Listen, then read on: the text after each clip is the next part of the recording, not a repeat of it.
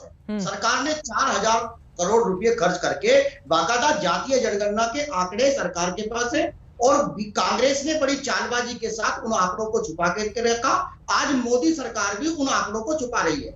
जब सरकार ने उसी एजेंसी से, जहां से आप जातीय जनगणना या कोई भी जनगणना कराते हैं, उन्हीं एजेंसियों से, उसी सिस्टम से, उसी सरकार ने वो गणना कराई।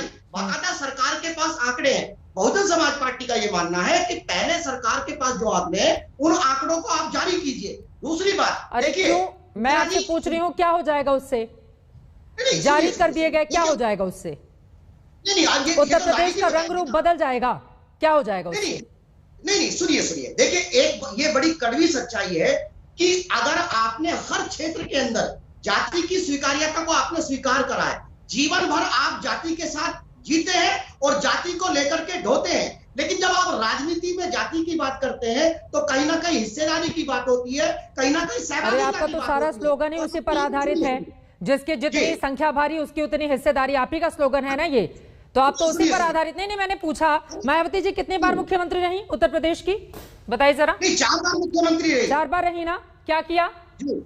इन दबे कुचले पिछड़े लोगों को जिनकी नुमाइंदगी वो करती है। नहीं, सुनिए ना सर, ऐसे मत बोलिए।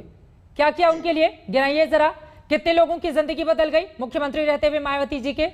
किसकी जिंदगी नहीं बदली है? आज किसी भी पार्टी में जो भी ओबीसी का लीडर है, वो मान्यवर काशीराम जी की पाठशाला से निकला वाला है। वो सामाजिक न्याय की व्यवस्था है।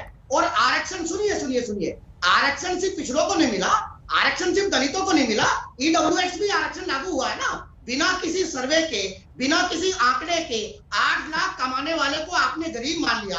8 लाख वाले से आप टैक्स भी ले रहे हैं, भारत सरकार। और वही भारत सरकार ये मानती है कि 8 लाख कमाने वाला अगर वो स्वर्ण जाति का है तो वो गरीब है, उसकी स्थिति बहुत खराब है। एक आदमी जो मछली पकड़ता है, मल्ला का काम यही रहेगा कि वो जीवन भर नाव चलाए और खुद पानी के अंदर। अरे मैं तो यही कह रही हूँ कि क्यों नहीं बदली उनकी जिंदगी? आप लोगों ने 4 बार मुख्यमंत्री नहीं, तो यही तो मेरा सवाल है ना सर। हमेशा चुनावों के दरमियान ही ये बातें क्यों याद आती हैं?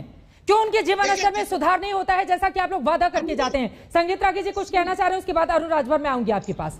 4 बार मुख्यमंत्री अगर कोई रहे, 16 सालों तक मुख्यमंत्री अगर कोई रहे, 15-16 सालों तक अगर मुख्यमंत्री कोई रहे, आरजेडी की भी मैं इसमें बात कर लेती हूं, और वो ये कहे कि नहीं हमको और समय चाहिए और जातिगत आधार पर ही विकास होगा, तो हंसी नहीं आएगी? जो लोग आपको सुन रहे होंगे वो क्या सोच रहे होंगे, जो पिछड़े और गरीब जातियों से हैं? उनकी जिंदगी क्यों नहीं बदलती और नेताओं की जिंदगी इतनी चमकदार हो जाती है? चित्रा जी जरा इसी तर्क को आगे ले चलते हैं कि जिसकी जितनी संख्या है उसी अनुसार से उसकी भागीदारी भी होनी चाहिए। ऐसी स्थिति में मेरे 2 प्रश्न हैं। जो ओबीसी कैटेगरी है वो कोई एक होमोजेनाइज्ड कैटेगरी नहीं है। जो कुर्मी है, जो यादव हैं, उनकी कैटेगरी अलग है, और जो बाकी अति दलित हैं उसमें उनकी कैटेगरी अलग है। और साहब 8 लाख रुपए वाला जो लिमिटेशन है वो उन पर भी लागू है। आप जानकारी में रख लीजिएगा, सिर्फ ईबीसी के लिए नहीं है, इकोनॉमिकली बैकवर्ड कास्ट के लिए नहीं है, वो उन पर भी लागू होता है।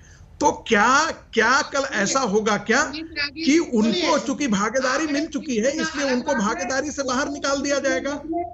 इसी तरह से एससी और एसटी कैटेगरी होमोजेनाइज्ड कैटेगरी नहीं है।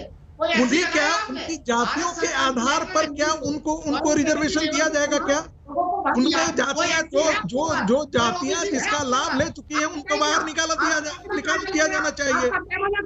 इसके लिए प्लीज एक एक करके बोले, दोनों लोग बोलेंगे।